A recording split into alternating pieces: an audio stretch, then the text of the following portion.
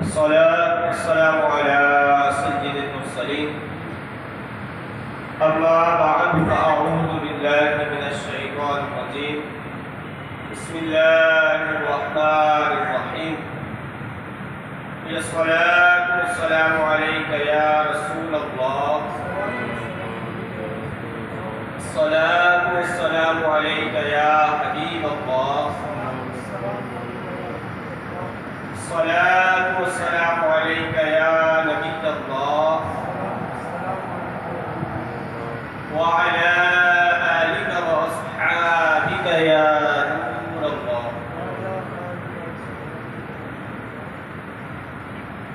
اللہ پاک نے فرمایا ان اللہ وملائکتہ یصلون علی النبی یا ایھا الذین آمنوا صلوا علیہ وسلموا تسلیما. ترجمہ کنز ایمان. بے شک اللہ اور اس کے فرشتے درود بھیجتے ہیں اس غیب بتانے والے نبی پر. اے ایمان والو ان پر درود اور خوب سلام بھیجو. امام سخاوی رحمۃ اللہ علیہ فرماتے ہیں اس آیت میں اللہ پاک نے اپنے پیارے نبی رسول ہاشمی صلی اللہ علیہ وسلم کی قدر و منزلت بیان فرمائی ہے کہ اللہ پاک اپنے مقرب فرشتوں میں آپ صلی اللہ علیہ وسلم کی ثنا کرتا ہے اور فرشتے آپ صلی اللہ علیہ وسلم پر درود بھیجتے ہیں. پھر زمین والوں کو حکم کیا کہ وہ بھی پیارے پیارے آقا مدینے والے مصطفیٰ صلی اللہ تعالی علیہ وآلہ وسلم کی ثنا میں مشغول ہو جائیں. صلو علی الحبیب صلی اللہ تعالی علی محمد صلی اللہ علیہ وآلہ وسلم. اللہ عز و جل ارشاد فرماتا ہے ترجمہ کنز ایمان اور اللہ اور اس کے رسول کی اطاعت کرو اور آپس میں بے اتفاقی نہ کرو ورنہ تم بزدل ہو جاؤ گے اور تمہاری ہوا قوت اکھڑ جائے گی. اور صبر کرو بے شک اللہ صبر کرنے والوں کے ساتھ ہے. اور ان لوگوں کو جیسا نہ ہونا جو اپنے گھروں سے اتراتے ہوئے اور لوگوں کو دکھاوا کرتے ہوئے نکلے اور اللہ کے راستے سے روکے رہے اور اللہ ان کے تمام اعمال کو گھیرے ہوئے ہیں. صلو علی الحبیب.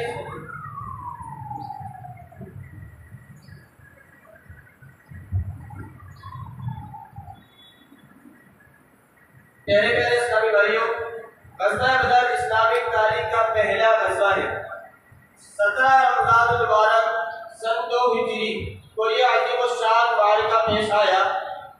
اس میں کافروں کی تعداد کم و بیش 1000 تھی. مسلمانوں کی تعداد 313 تھی. یعنی افرادی قوت میں واضح فرق تھا. کفار کا لشکر مسلمانوں سے 3 گنا زیادہ تھا. ان کے پاس ساز و سامان کی بھی کثرت تھی.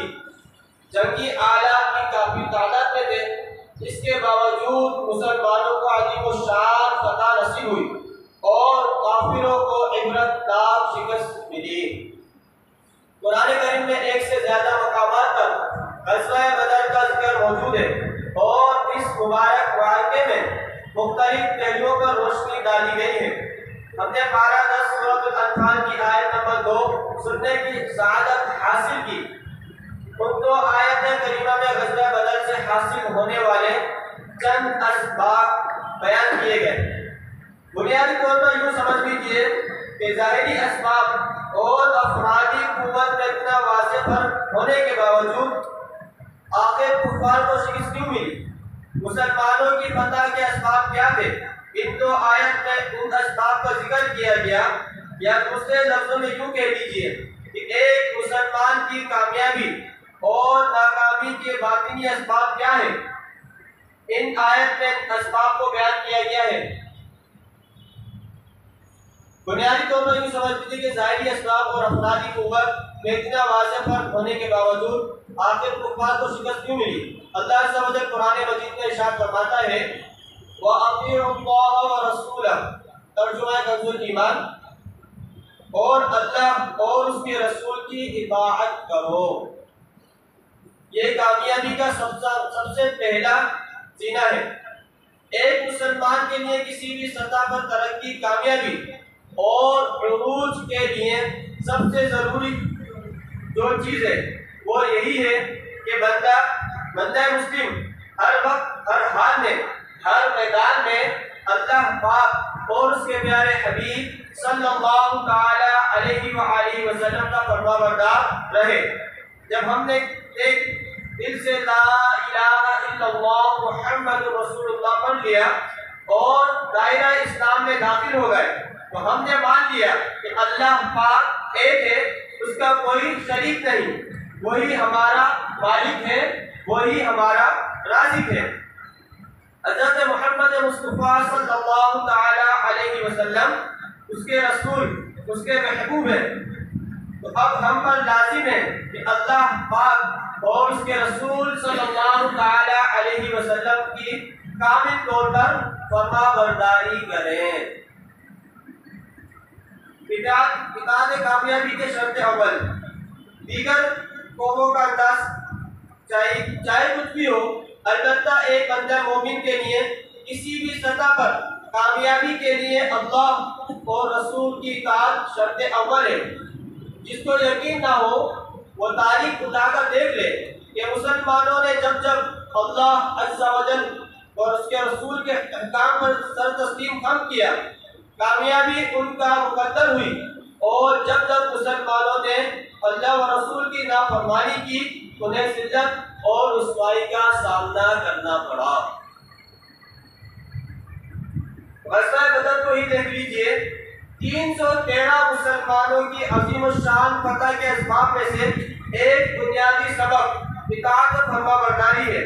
اللہ پاک کے آخری نبی صلی اللہ تعالی علیہ وآلہ وسلم صحابہ کرام کو لے کر مدینہ منورہ روانہ ہوئے، اور راستے میں معلوم ہوا کہ کفار مکہ لشکر لے کر میدان بدر میں جمع ہو رہے ہیں۔ اس پر پیارے آقا مکی مدنی مصطفیٰ صلی اللہ تعالی علیہ وآلہ وسلم صحابہ کرام سے مشورہ فرمایا کہ اب کیا کرنا چاہیے۔ مسلمانوں کے پہلے خلیفہ حضرت ابو بکر صدیق رضی اللہ عنہ اور مسلمانوں کے دوسرے خلیفہ حضرت عمر فاروق اعظم رضی اللہ عنہ اور دیگر مہاجر صحابہ کرام علیہم رضوان نے عرض کیا، یا رسول اللہ صلی اللہ تعالی علیہ وسلم، آپ کے لیے ہی مکہ چھوڑا، اپنا گھر بار قربان کیا، اب جانے بھی قربان کریں گے۔ اب پیارے آقا مکی مدنی مصطفیٰ صلی اللہ تعالی علیہ وآلہ وسلم نے انصار کی طرف رخ فرمایا۔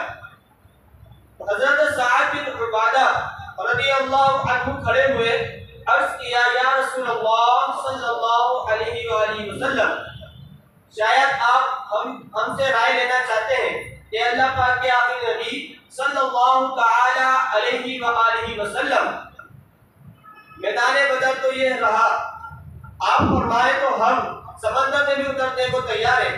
دوسرے صحابی رضی اللہ عنہ کھڑے ہوئے، عرض کیا، یا رسول اللہ صلی اللہ تعالی علیہ وآلہ وسلم، ہم بنی اسرائیل جیسے نہیں کہ انہوں نے حضرت موسیٰ علیہ السلام سے کہا تھا، جس کا ترجمہ ہے ترجمہ کنزُ ایمان، تو آپ چاہیے اور آپ کا رب، تم دونوں لڑو، ہم یہاں بیٹھے ہیں۔ یا رسول اللہ صلی اللہ علیہ وسلم، ہم آپ پر اپنی جانیں نثار کریں گے۔ یہ جذبہ اطاعت جو صحابہ کرام علیہم رضوان کے اندر تھا، اصل میں یہی جذبہ جو 313 کو میدان بدر میں لے گیا اور فتح سے مشرف کر دیا۔ ایک شاعر نے بڑی خوبصورت بات کہی کہ میدان بدر میں صحابہ کرام کے پاس تلواریں بھی پوری نہ تھی، جنگی سامان بھی کم تھا اور افرادی قوت بھی کم تھی، اس کے باوجود وہ میدان بدر میں کیوں چلے گئے، کس بھروسے پر میدان میں اترے؟ تو شاعر نے کہا کہ ان کے پاس وہ گھوڑے، 6 زریں، 8 شمشیریں، پلٹنے آئے تھے یہ لوگ دنیا بھر کی تقدیریں۔ نہ تیغ و تیر پر تکیہ، نہ خنجر پر، نہ بھالے پر، بھروسہ تھا تو ایک سادی سی کالی چادر والے پر۔ یہ ہے کہ کامیابی کی اصل بنیاد، اس کے بغیر ایک مسلمان کی کامیابی ممکن ہی نہیں۔ اللہ پاک ہمیں اطاعت و فرما برداری کرنے کی توفیق عطا فرمائے، آمین بجاہ نبی الامین صلی اللہ علیہ وسلم۔ ایک اور مقام پر قرآن مجید میں ارشاد ہوا وَلَا تَنَازَعُوا، ترجمہ کنز الایمان، اور آپس میں بے اتفاقی نہ کرو۔ یہ کامیابی کی دوسری شرط ہے کہ ہم آپس میں اتفاق اتحاد کے ساتھ رہیں، آپس میں لڑائی جھگڑے اور نفسانی اختلافات سے ہمیشہ بچتے رہیں۔ اگر ہم آپس میں لڑائی جھگڑا کریں گے تو کیا ہوگا؟ یا اس کے دو اہم اور بنیادی نقصانات بتائے گئے ہیں۔ فرمایا فَتَفْشَلُوا، ترجمہ کنز الایمان، ورنہ تم بزدل ہو جاؤ گے۔ ایک ہوتا ہے اور 2 11 ہوتے ہیں۔ اگر ہم لڑائی جھگڑا کریں تو ہماری طاقت کم ہو جائے گی، ہم اکیلے رہ جائیں گے، اور یہ کمزوری ہمارے اندر بزدلی پیدا کرے گی۔ اور دوسرا نقصان یہ ہوگا وَتَذْهَبَ رِيحُكُمْ، ترجمہ کنز الایمان، اور تمہاری ہوا قوت اکھڑ جائے گی۔ ہوا جاتی رہے گی مطلب تمہاری طاقت بکھر جائے گی، تمہارے اندر وہ طاقت نہیں رہے گی جس کے ذریعے تم کامیاب ہو سکو۔ آج ہم اپنے معاشرے کا اگر جائزہ لیں تو ہماری ناکامیوں اور عالمی طور پر مسلمانوں کی تنزلی کی ایک بڑی وجہ یہی ہے کہ ہمارے ہاں لڑائی جھگڑے عام ہیں۔ کہیں ذات کی بنیاد پر، کہیں نسل کی بنیاد پر، کہیں رنگ کی بنیاد پر، کہیں خطوں کی بنیاد پر لڑائیاں جاری ہیں، بلکہ یہاں تک بھی جھگڑوں کا معاملہ ہے کہ آپس میں جھگڑے ہوتے ہیں مگر اس کی وجہ تک معلوم نہیں ہوتی۔ کئی خاندانوں میں باپ دادا سے لڑائی چلی آ رہی ہے، بس اسی بنیاد پر آگے اولاد بھی ایک دوسرے کی دشمن بنی ہوئی ہے۔ بھائی آپس میں بس اس بنیاد پر اولاد کے ماں باپ کو قتل کر دینے کی خبریں بھی سننے کو ملتی رہتی ہیں۔ کہیں بھتیجا چچا کو قتل کر دیتا ہے، کہیں دوست آپس میں لڑتے ہیں۔ یہ نوبت قتل و غارت تک پہنچ جاتی ہے۔ یہ لڑائیاں جھگڑے یا اختلافات جو ہمیں اندر سے کھوکھلا کر دیتے ہیں۔ بڑی مشہور کہانی ہے، ہم بچپن سے کتابوں میں پڑھتے اور سنتے آ رہے ہیں۔ ایک لکڑہارا تھا، اس کے بیٹے آپس میں لڑتے جھگڑتے تھے۔ لکڑہارا نے سمجھاتا رہتا مگر ان کی سمجھ میں بات آتی نہیں۔ آخر ایک دن اس کو ایک ترکیب سوچی، اس نے اپنے سب بیٹوں کو جمع کیا، انہیں کہا جاؤ لکڑیاں جمع کر کے لاؤ، اور وہ لکڑیاں لے کر آئے۔ اب ان سے کہا ان لکڑیوں کو توڑو، سب نے وہ لکڑیاں توڑ دی۔ اب لکڑہارے نے لکڑیوں کا ایک گٹھا باندھا اور کہا اب اس گٹھے کو سب توڑو۔ سب نے زور لگایا مگر اسے توڑ نہ سکے۔ اس پر لکڑہارے نے سمجھایا میرے بیٹو یہی اتفاق کی طاقت ہے، لکڑیاں جب جدا جدا تھیں تو تم نے آسانی سے انہیں توڑ لیا، جب وہ آپس میں مل گئی تو تم انہیں توڑ نہیں سکے۔ بیٹوں کی یہ بات سمجھ آئی اور انہوں نے لڑنا جھگڑنا چھوڑ دیا۔ یہ ایک فرضی کہانی ہے، ہم نے بچپن سے پڑھی ہوئی ہے یا سنی ہوئی ہے، ہم جانتے بھی ہیں مگر اس پر عمل نہیں کرتے۔ بہرحال آپس کا اتفاق وہ عظیم طاقت ہے کہ یہ ہو تو کامیابی ہر میدان میں قدم چومتی ہے، اور یہ طاقت نہ ہو تو آپس میں اختلافات، لڑائی جھگڑے تو ناکامی ملنا، لڑائی جھگڑوں میں کامیابی ملنا انتہائی دشوار ہوتی ہے۔ اللہ عز و جل ایک جگہ میں ارشاد فرماتا ہے وَاصْبِرُوا، ترجمہ کنز الایمان، اور صبر کرو۔ صبر کامیابی کے لیے انتہائی لازمی چیز ہے۔ جب تک ہم اپنے پیروں پر کھڑے نہیں ہو سکتے وہ اس وقت تک ہم کامیاب نہیں ہو سکتے۔ کامیابی اصل میں صبر کے نتیجے کا نام ہے۔ بندہ ہر میدان میں، ہر مشکل میں ثابت قدم رہے، دنیا کا کوئی طوفان بھی اسے اپنے مقصد سے ہٹا نہ پائے، کیسے ہی مشکل ہو اس کے قدم ڈگمگائے، ایسا شخص ایک نہ ایک دن کامیابی حاصل کر لیتا ہے۔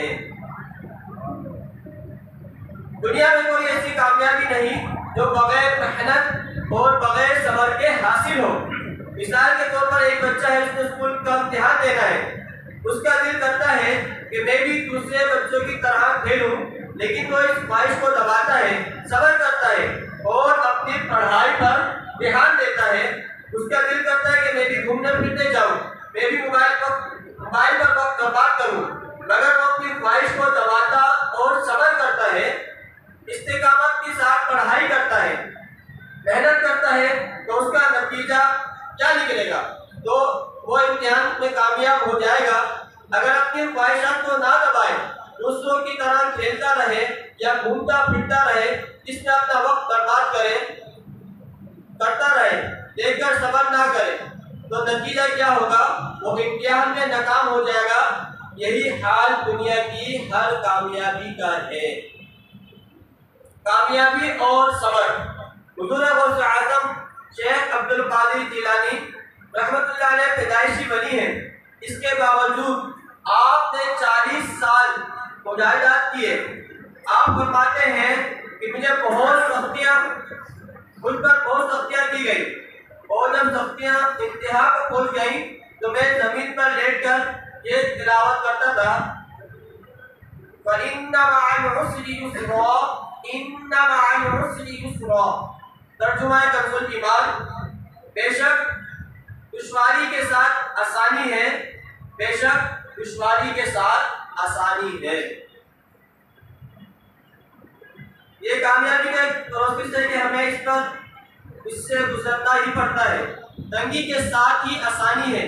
اگر ہم تنگی برداشت ہی نہ کریں، اس پر صبر ہی نہ کریں، تو ہم آسانی تک نہیں پہنچ پائیں گے، اور اس کے برعکس ہم جتنی تنگیاں برداشت کرتے جائیں گے اتنی ہی ہمارے لیے آسانیاں ہوتی جائیں گی۔ ایسا کبھی بھی نہیں ہوتا کہ ہم تو پہلا ہی قدم اٹھائیں اور کامیابی ہمارے سامنے آ کھڑی ہو جائے۔ صبر کرنا ہی پڑتا ہے، مشکلات سے گزرنا ہی پڑتا ہے۔ پیارے اسلامی بھائیوں، ہم لوگ بعض دفعہ صبر تو کر لیتے ہیں، مگر صبر کا جو ٹائم ہوتا ہے اسے پورا نہیں کرتے۔ یاد رکھیے، کامیابی کے حصول پر صبر کرنے کا دورانیہ بھی بہت اثر انداز ہوتا ہے۔ اس کامیابی کے لیے 3 گھنٹے کا صبر ہے، اس کے لیے ہمیں 3 گھنٹے ہی صبر کرنا پڑے گا۔ 2 گھنٹے صبر کریں گے تو کام نہیں بنے گا۔ جس کامیابی کے لیے ہمیں 10 سال صبر کرنے کی ضرورت ہے، اس کے لیے 10 سال ہی صبر کرنا ہوگا۔ یوں صبر کرنے کے دنیاوی کو ملحوظ رکھنا بھی بہت ضروری ہے۔ اسی صاحب علم سے پوچھا گیا، ہمیں کب تک صبر کرنا چاہیے؟ انہوں نے بڑا پیارا جواب دیا۔ اللہ پاک فرماتا ہے، ان اللہ مع الصابرین۔ ترجمہ کنز الایمان، اللہ پاک صبر کرنے والوں کے ساتھ ہے۔ لہذا جب تک تم چاہتے ہو کہ اللہ پاک کی مدد تمہارے ساتھ رہے، اس وقت تک صبر کرتے رہو۔ اللہ پاک ہمیں صبر اور برداشت کی توفیق عطا فرمائے۔ یہی وہ 3 کام ہیں جو کامیابی کے حصول کے لیے ہم نے کرتے ہیں۔ نمبر 1، اللہ و رسول کی اطاعت۔ نمبر 2، آپس میں اتفاق اور اتحاد۔ نمبر 3، صبر۔ اب وہ 3 کام سنیے کہ کامیابی کے حصول کے لیے جو کرنا ضروری ہے۔ نمبر 1، اللہ عز و جل قرآن مجید میں ارشاد فرماتا ہے، وَلَا تَكُونُوا كَالَّذِينَ خَرَجُوا مِن دِيَارِهِمْ بَطَرًا۔ ترجمہ کنز الایمان، اور ان لوگوں جیسا نہ ہونا جو اپنے گھروں سے اتراتے ہوئے نکلے۔ یہ غزوہ بدر میں کفار کی شکست کے اسباب کا بیان ہے کہ وہ 1000 کی تعداد میں تھے۔ جنگوں جن کے پاس ساز و سامان بھی ان کے پاس زیادہ تھا، ظاہری اسباب بھی ان کے پاس زیادہ تھے، اور مسلمانوں کا 313 کا لشکر ہے۔ تلواریں بھی پوری نہیں ہیں، کھانے پینے کا سامان بھی پورا نہیں ہے، تعداد بھی دگنا ہیں۔ اس کے باوجود کفار مکہ کو شکست کیوں ہوئی؟ ان کی ناکامی کے اسباب کیا تھے؟ اللہ پاک نے وہ اسباب ہمیں بتائے، مگر خطاب ہمیں ہی کیا، یعنی ان کی ناکامی کے جو اسباب تھے ہمیں فرمایا کہ تم یہ کام کبھی مت کرنا۔ دو اسباب کیا ہیں؟ فرمایا خرجوا من دیارہم بطرا، ترجمہ کنز ایمان، اپنے گھروں سے اتراتے ہوئے نکلے۔ یہ ناکامی کا بنیادی سبب ہے۔ اترانا اپنے بازوؤں پر، اپنی طاقت پر، اپنی عقل پر، اپنے پیسے پر، اپنی ذہانت پر بھروسہ کرنا اور کہنا کہ میں یہ کام کر لوں گا، یہ چیز انسان کو تباہ و برباد کر دیتی ہے۔ روایت کے مطابق کفار مکہ میدان بدر کے لیے جب گھروں سے نکلے تو غرور و تکبر کے نشے میں مست تھے۔ ابو جہل نے کہا تھا خدا کی قسم ہم شان و شوکت کے ساتھ بدر تک جائیں گے، وہاں اونٹ ذبح کریں گے اور خوب کھائیں گے کھلائیں گے، شرابیں پیئیں گے، ناچ رنگ کی محفلیں جمائیں گے۔ یہ ان کا غرور تھا۔ پھر اس کا نتیجہ کیا نکلا؟ کفار مکہ کو عبرت ناک شکست حاصل ہوئی۔ یہ صرف ایک واقعہ بدر کا نہیں، تاریخ کی ایسے واقعات سے بھری پڑی ہے۔ تاریخ کی کتابیں پڑھ کر دیکھیے، آج تک جس نے بھی غرور کیا، تکبر کیا، اس کا سر نیچا ہی ہوا۔ فرعون نے کہا، اللہ تعالیٰ نے فرمایا انا ربکم الاعلی، ترجمہ کنز ایمان، میں تمہارا سب سے اونچا رب ہوں۔ اس کا غرور ٹوٹا اور اسے غرق کر دیا گیا۔ نمرود نے سر اٹھایا، تکبر کیا کہ اللہ پاک نے اسے بچر کے ذریعے اذیت دے دے کر ہلاک کر دیا۔ قارون نے کہا میرا مال ہے، میں نے اپنے علم کے بلبوتے پر حاصل کیا ہے، اسے اور اس کے مال کو زمین میں دھسا دیا گیا۔ ابو جہل نے تکبر کیا اور اترایا، اپنی طاقت، اپنے فن اور ظاہری اسباب کی بنیاد پر غرور کیا۔ اللہ پاک نے دو ننھے بچوں کے ذریعے اسے ہلاک کر دیا۔ یہ سچ ہے کہ غرور کا سر نیچا ہے، اس لیے کبھی بھی اترانا نہیں چاہیے۔ بس اللہ پاک کے حضور سر جھکا کر ہی رکھیے، عاجزی لے کر ہی بنے رہیے۔ یقین مانیے ہمارا کچھ بھی نہیں ہے، طاقت بھی اللہ پاک کی ہے، قوت بھی اسی کی ہے، حکم بھی اسی کا چلتا ہے۔ اللہ پاک نے 15 سورہ کہف میں ایک سبق آموز واقعہ ذکر فرمایا۔ دو شخص تھے، ان میں سے ایک کافر تھا، ایک مومن تھا۔ کافر مالدار تھا، اس کے دو باغ تھے، ان میں انگوروں کی بیلیں تھی، کھجوروں کے درخت تھے اور وہ ان میں کھیتی بھی اگایا کرتا تھا۔ باغوں کے بیچ میں نہر بھی تھی۔ یہ دونوں باغ پورا پھل دیا کرتے تھے۔ اس بدبخت کافر پر مال کا نشہ چڑھا، اس نے تکبر کیا اور غرور کے نشے میں پھر کر مومن کو تانے دیے اور کہا، ترجمہ کنز ایمان، میں گمان نہیں کرتا کہ یہ باغ کبھی فنا ہوگا۔ مومن بندے نے اسے بہت پیارا جواب دیا۔ پہلے تو اس نے کہا کہ تمہارے پاس مال ہے تو کیا ہوا، اللہ پاک نے مجھے ایمان کی دولت سے نوازا ہے، تم مالدار ہو کر بھی احسان فراموش ہو، مگر میں اپنے رب کریم کا فرمانبردار ہوں، اس کے ساتھ کسی کو شریک نہیں ٹھہراتا۔ پھر جہاں تک تمہارے ان باغوں کا معاملہ ہے تو یاد رہے، اللہ عز و جل قرآن مجید میں ارشاد فرماتا ہے، ترجمہ کنز ایمان، تو قریب ہے کہ میرا رب مجھے تیرے باغ سے بہتر عطا فرما دے گا۔ پھر نتیجہ وہی نکلا جو ہمیشہ غرور کا نکلتا ہے۔ اس کے باغات پر آفت آئی اور وہ دونوں باغ تباہ و برباد ہو گئے۔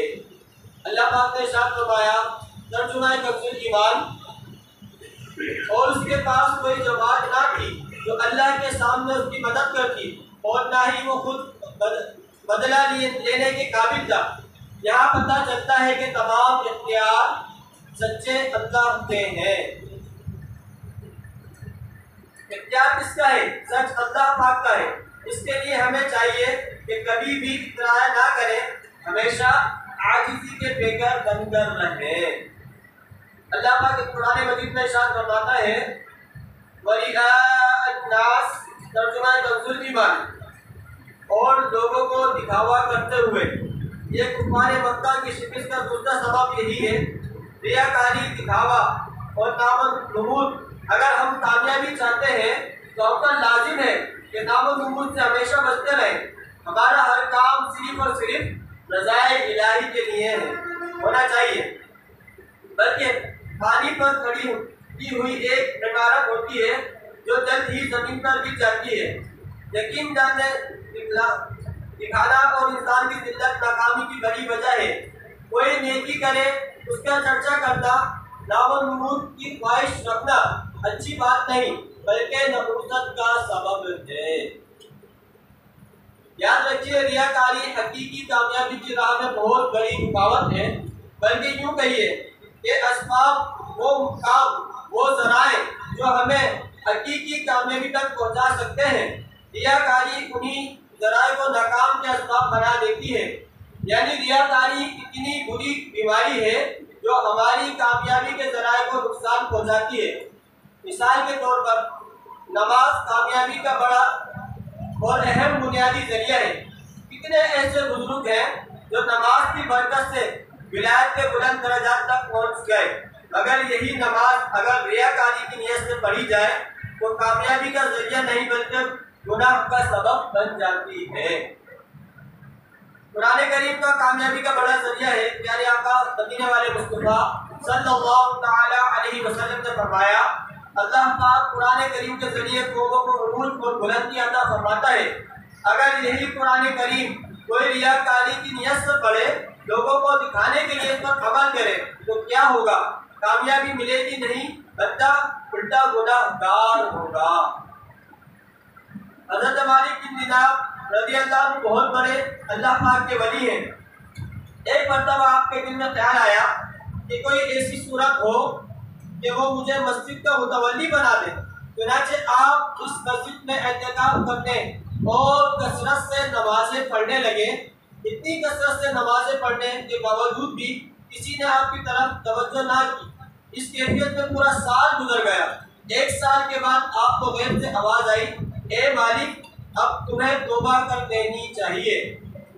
اب آپ پر حقیقت واضح ہوئی اور آپ کو احساس ہوا کہ میں نے صرف مسجد کا متولی بننے کے طور کی خاطر پورا سال نمازیں پڑھی، میں اللہ پاک کی رضا مقصود نہیں تھی۔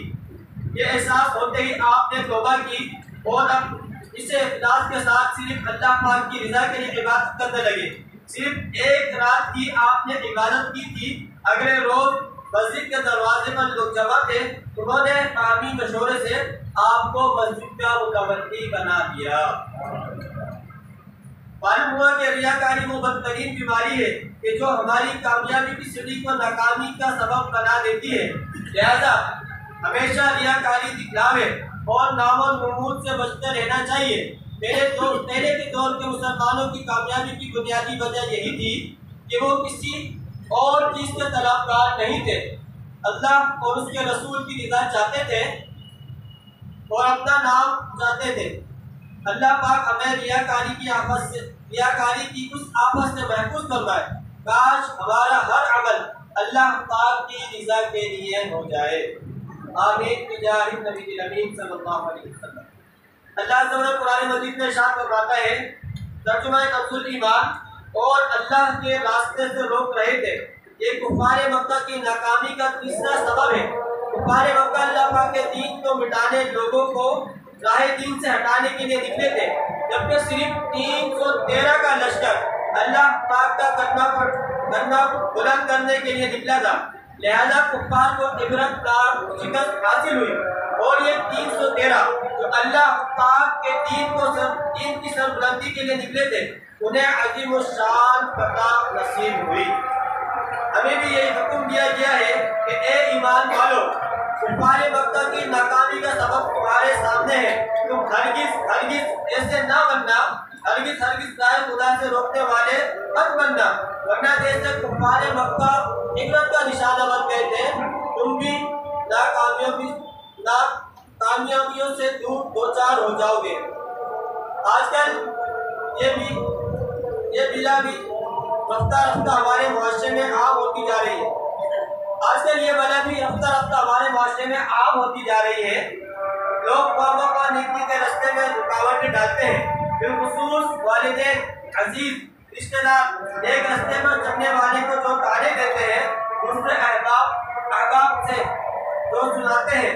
مثلاً کسی نے سنت کے مطابق داڑھی سجا لی تو اسے دلی کرتی سنانے لگتے ہیں، اور عمامہ شریف سجا لیا، سنت کے مطابق لباس پہننے لگا تو اسے نیک کام پر وہ جاتا ہے۔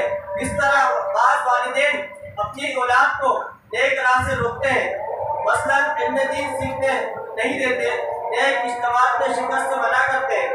ایسوں کو سمجھنا چاہیے۔ صلو علی الحبیب صلی اللہ تعالی علی محمد صلی اللہ علیہ وآلہ وسلم۔ یہ کل 6 کام ہیں، 3 جو ہم نے سنے۔ نمبر 1 اللہ اور اس کے رسول کی اطاعت، آپس میں اتفاق اور محبت، اور نمبر 3 صبر۔ اور 3 کام وہ ہیں جن سے ہمیں بچنا چاہیے۔ نمبر 1 اترانا نہیں چاہیے، نمبر 2 ریاکاری نہیں کرنی چاہیے، اور نمبر 3 کبھی کسی کو اللہ پاک کے راستے سے نہیں روکنا چاہیے۔ یہ 6 کام اگر ہم اپنا لیں تو انشاءاللہ عز و جل ہر میدان میں کامیابی ہمارا مقصد رہے گی۔ اللہ پاک ہمیں عمل کی توفیق عطا فرمائے، آمین بجاہ نبی الامین صلی اللہ تعالی علیہ وآلہ وسلم۔ اللہ پاک سے دعا ہے کہ جو کچھ سنا اس کو یاد رکھنے، اس پر عمل کرنے کی بھی توفیق عطا فرمائے، آمین بجاہ نبی الامین صلی اللہ علیہ وسلم۔